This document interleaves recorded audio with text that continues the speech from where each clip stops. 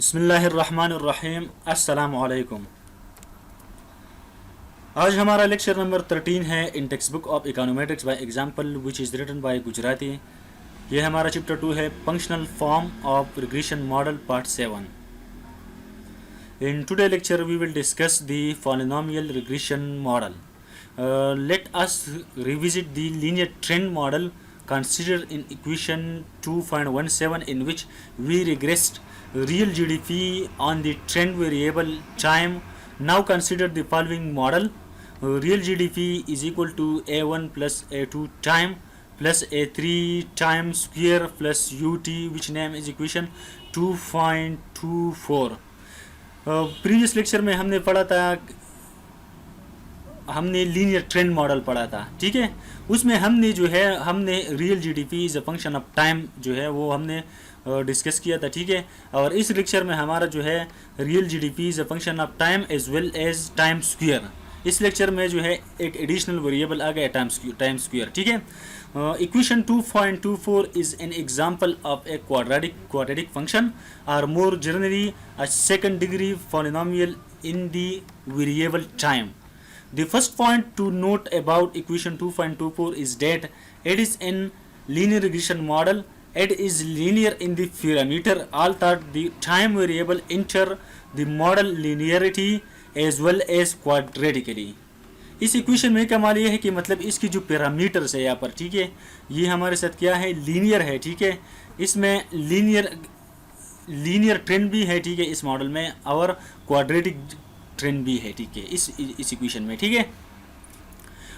Secondly, the variable time and time square are functionally related and will be highly correlated. Will this create the collinearity problem, which will violate one of the assumptions of the classical linear regression model, that there are no exact linear relationship among the regressor?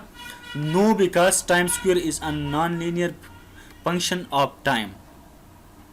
यहाँ पर एक मसला multi collinearity का भी आता है, ठीक है, जो वायलेशन है अजम्पशन ऑफ क्लासिकल रिग्रेशन की वायलेशन है, ठीक है। अभी जो है हम मल्टी कोलिनियरिटी का प्रॉब्लम हम नहीं डिस्कस करते, ठीक है, लेकिन हमने यहाँ पर सिंपली कह दिया कि यहाँ पर ये प्रॉब्लम हो सकती है। इंशाल्लाह हम कुछ 2-3 चैप्टर पहले जो है आगे जो है जो नेक्स्ट चैप्टर आएंगे इंशाल्लाह उसमें हम डिस्कस करेंगे। Using the data on real GDP we obtain the results in table 2.11। ये जो इक्वेशन 2.24 है इसको हम डिस्कस करेंगे, ठीक है। इसको हम अभी जो है प्रैक्टिकली यूज में वो हम एस्टिमेट करेंगे, ठीक है। और इसकी रिजल्ट जो है इक्वेशन 2.24 की जो रिजल्ट है वो हमें टेबल 2.11 में दिया है। यहाँ पर जो है वो इक्वेशन 2.24 की रिजल्ट आई है। हमारे साथ यहाँ पर डिपेंडेंट वेरिएबल जो है वो रियल जीडीपी है, ठीक है, और इंडिपेंडेंट वेरिएबल जो है एक टाइम है, ठीक है, और एक जो है हमारा टाइम स्क्वायर है, ठीक है। हम यहाँ पर आर स्क्वायर देख सकते हैं, ठीक है। हमारा आर स्क्वायर जो है 0.99 है, वो हाईली सिग्निफिकेंट, हाईली मतलब स्ट्रॉन्ग आ रहा है आर स्क्वायर, सही था। और इसकी जो रिजल्ट है वो हाईली सिग्निफिकेंट है, प्रोबेबिलिटी जो है वो 0 आल जो है 0 है, ठीक है। टी स्टेटिस्टिक भी बहुत ज़्यादा है, ठीक है। तो इसकी इंटरप्रिटेशन ये है कि जो टाइम है और टाइम स्क्वायर जो है वो सिग्निफिकेंटली पॉजिटिवली अफेक्ट कर रहा है रियल जीडीपी को, ठीक है। Now the question arises how to estimate the table 2.11. Note for table 2.11 estimation we use data file table _2_5। ये डेटा जो है, ठीक है, टेबल 2_5 ये डेटा फाइल जो है वो हम यूज़ करेंगे इस टेबल 2.11 की एस्टिमेशन के लिए, ठीक है। तो ये डेटा जो है ये हमारे साथ कहाँ से आ गया, ठीक है। ये डेटा जो है वो हमने प्रीवियस लेक्चर में इकोनोमेट्रिक्स बाय एग्जांपल की ऑफिशियल वेबसाइट से हमने डाउनलोड किया था, ठीक है। तो सबसे पहले मैं अपने एक्सेल फाइल पे आ गया। यहाँ पर मेरा एक्सेल फाइल है जो पहले प्रीवियस लेक्चर में हमने डाउनलोड किया था, ठीक है। तो मैंने अपना एक्सेल फाइल ओपन कर लिया, ठीक है। यहाँ पर हम देख सकते हैं कि हमारा जो डेटा फाइल है वो टेबल 2_5 है, ठीक है। तो मैं अपने डेटा फाइल में आ गया, ठीक है। तो मुझे सर्च करना पड़ेगा टेबल 2_5, ये हमारा डेटा फाइल है, ठीक है। मैं उसको चेक कर लेता हूँ कि हमारा जो वेरिएबल है वो मौजूद है कि नहीं, ठीक है। तो हम यहाँ पर देख सकते हैं कि हमारा डिपेंडेंट वेरिएबल भी मौजूद है और इंडिपेंडेंट भी मौजूद है, सारा दोनों जो है वो मौजूद है, ठीक है। तो मैं इसको बंद कर लेता हूँ एक्सेल फाइल को, ठीक है। मैं अब जो है इस फाइल को, एक्सेल की फाइल का जो डेटा है वो मैं ईव्यूज़ में इंटर कर लेता हूँ, ठीक है। तो सबसे पहले मैंने इस डेटा को सेलेक्ट कर दिया। सेलेक्ट करने के बाद मैंने इसको सिंपली नीचे की तरफ ड्रैग कर लिया, ठीक है। ईव्यूज़ के ऊपर मैंने क्या कर दिया, ड्रैग कर दिया, ठीक है। इसके बाद नेक्स्ट फिनिश के बाद नो। तो हमारा जो डेटा है वो सक्सेसफुल इंटर हो चुका है ईव्यूज़ में, ठीक है। अब मैं पॉलिनोमियल रिग्रेशन रन करता हूँ, ठीक है। क्विक पे मैं आ गया, क्विक के बाद मैं एस्टिमेट इक्वेशन पे आ गया, ठीक है। एस्टिमेट इक्वेशन के बाद मैंने अपना डिपेंडेंट वेरिएबल लिखा। हमारा डिपेंडेंट वेरिएबल जो है वो रियल जीडीपी है, ठीक है, रियल जीडीपी। इसके बाद मैंने स्पेस लगाया और इसके बाद मैंने सी लगाया, इसके बाद मैंने स्पेस लगाया, ठीक है। इसके बाद हमारा फर्स्ट इंडिपेंडेंट वेरिएबल और इसके बाद सेकंड इंडिपेंडेंट वेरिएबल, ठीक है। आई रिपीट कि सबसे पहले ओएलएस रन करने से पहले जो है आपने ये बात याद रखने कि सबसे पहले ईव्यूज़ में जो है हम ओएलएस रन करते हैं, सबसे पहले हम अपना डिपेंडेंट वेरिएबल लिखते हैं, ठीक है। इसके बाद स्पेस लगाने, यहाँ पर सी का मतलब यह है हमने इंटरसेप्ट लेना है कि नहीं, ठीक है। इसके बाद स्पेस, इसके बाद टाइम के बाद जो है दोबारा स्पेस, मतलब जो है सी के बाद जो है अपना सारा इंडिपेंडेंट वेरिएबल लिखनी है, ठीक है। तो मेरा इंडिपेंडेंट वेरिएबल जो है वो दो है, एक टाइम है, एक टाइम स्क्वायर है, ठीक है। तो मैंने इसको ओके कर लिया। तो हमारा जो पॉलिनोमियल रिग्रेशन मॉडल है वो सक्सेसफुली है, जो है वो एस्टिमेट हो चुका है। इन दोनों की रिजल्ट जो है वो बिल्कुल सेम है। इसलिए सेम है क्योंकि हमारा डेटा जो है वो दोनों जो है वो सेम है। इन दोनों की जो रिजल्ट है वो हम देख सकते हैं, ठीक है। इन दोनों का रिजल्ट जो है, जो इकोनॉमेटिक्स बाय एग्जांपल की बुक से मैंने डाउनलोड किया, ठीक है। और अभी जो मैंने अभी आप लोगों के सामने जो एस्टिमेट किया है, इन दोनों के रिजल्ट सेम है। क्यों सेम है? इसलिए सेम है कि हमने गुजराती इकोनॉमेटिक्स बाय एग्जांपल ने जो डेटा इस्तेमाल किया है वही डेटा हमने उसकी ऑफिशियल वेबसाइट से डाउनलोड किया है, ठीक है। और वही हम यूज़ कर रहे हैं, ठीक है। अभी इसका इंटरप्रिटेशन डिस्कस करते हैं, ठीक है। Interpretation of the table 2.11। First, notice that all the estimated occupation are statistically significant. Assume the usual assumption of the classical model hold. Now, do we interpret these results? In equation 2.17, which only the time variable is regressor. मैंने आपको भी पहले बताया था कि पहले हमने linear trend model में इक्वेशन 2.17 में उसको एस्टिमेट किया था। उसमें हमारा जो रिग्रेसर था वो सिर्फ टाइम था, ठीक है।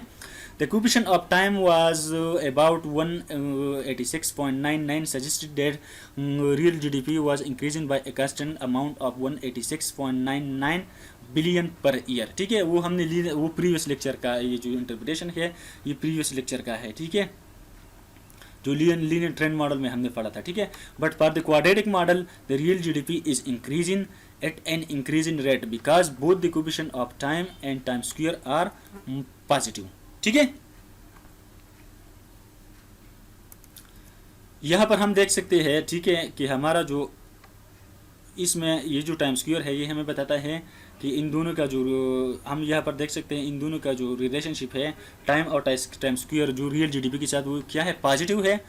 तो हमें ये बताता है कि जो टाइम की वजह से जो रियल जीडीपी ज़्यादा होता है, तो हमें ये वो डायरेक्शन बताता है कि आया ये डिक्रीजिंग रेट पे ज़्यादा होता है कि आया इंक्रीजिंग रेट पे ज़्यादा होता है। तो हम यहाँ पर देख सकते हैं कि ये हमारे साथ पॉजिटिव है, तो हमें ये बताएगा कि हमारा जो रियल जीडीपी जो है वो एडिशनल ईयर पे इंक्रीज होता है, लेकिन इंक्रीजिंग रेट पे, ठीक है।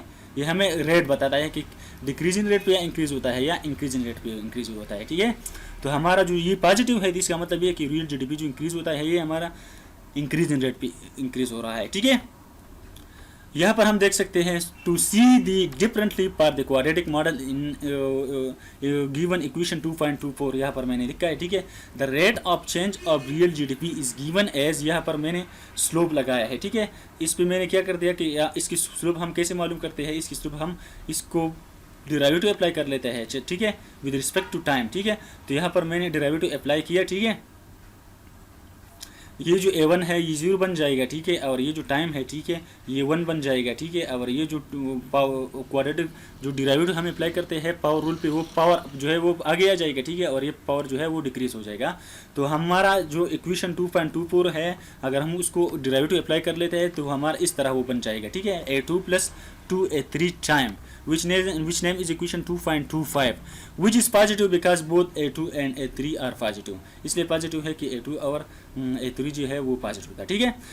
Note the left hand side of the equation is the derivative of real GDP is respect to time using the result in table 2.11 we obtain. यहाँ पर हमने A2 की ये इस इक्वेशन में 2.2.5 में हमने जो टेबल 2.11 में इसको एस्टिमेट किया था, इसकी वैल्यू हमने लगाई। यहाँ पर हमने A2 की कोफिशिएंट की वैल्यू लगाई, ठीक है। और इस यहाँ पर जो है वो A3 कोफिशिएंट की वैल्यू हमने जो है वो हमने डाली, ठीक है। फिर हमने सिंपली जो है वो ज़रब कर दिया, ठीक है। तो हमारे साथ इस तरह इक्वेशन बन जाएगा 68.53 प्लस 484 टाइम।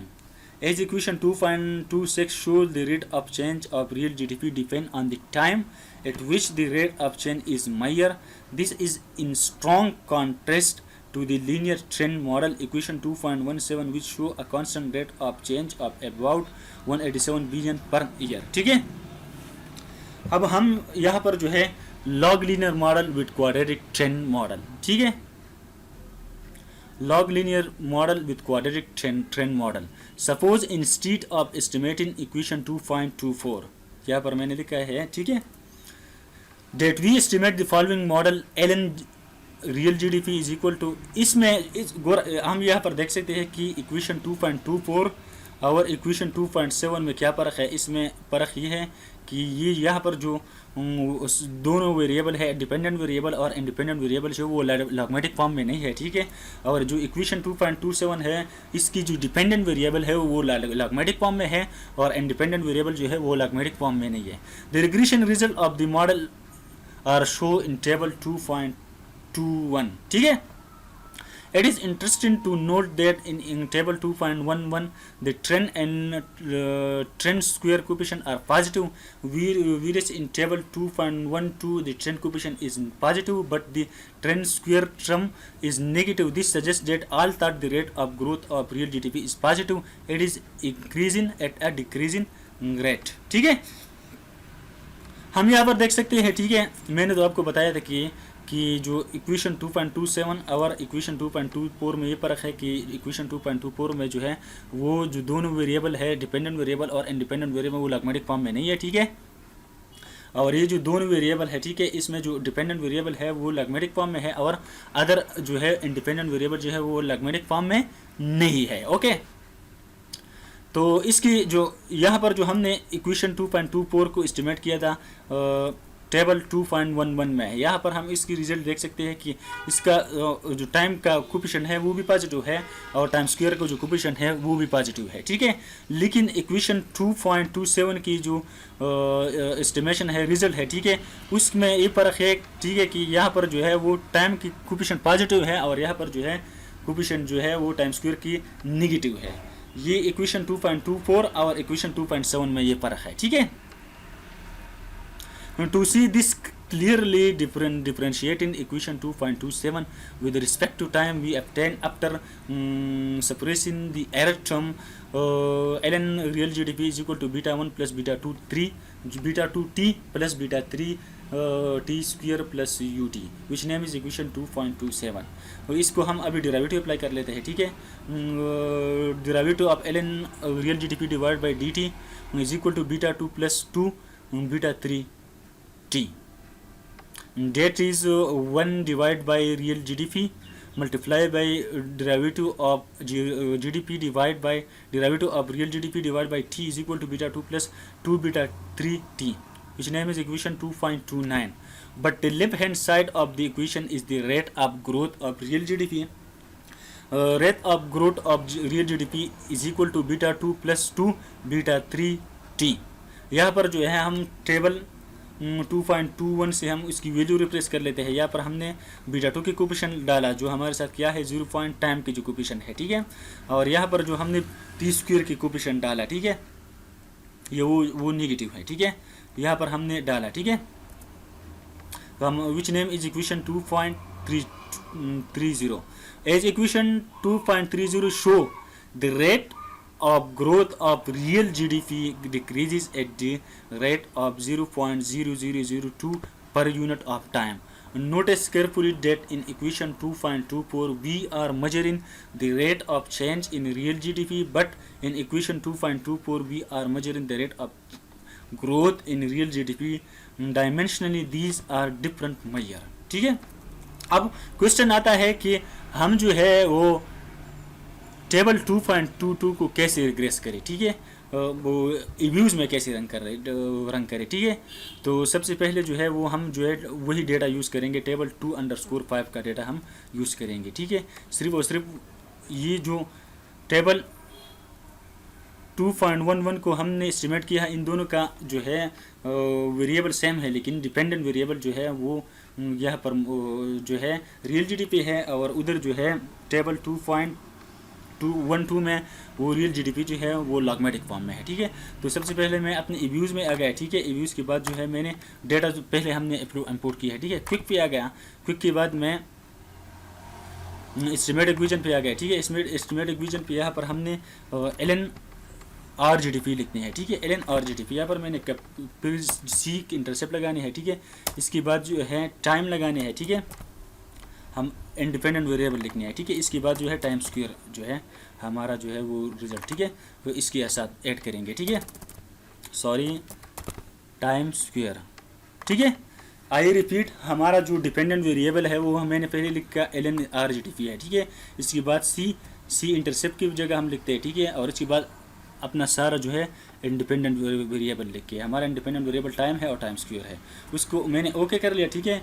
इन दोनों के रिजल्ट जो है वो टेबल 2.12 और इस हमें अब ये जो हमने एस्टिमेट किया इन दोनों के रिजल्ट सेम है। क्यों सेम है? इसलिए सेम है क्योंकि डेटा जो है हम सेम यूज़ करते हैं, ठीक है। Thanks for watching my video, please subscribe to my YouTube channel. Thank you, अल्लाह हाफिज़।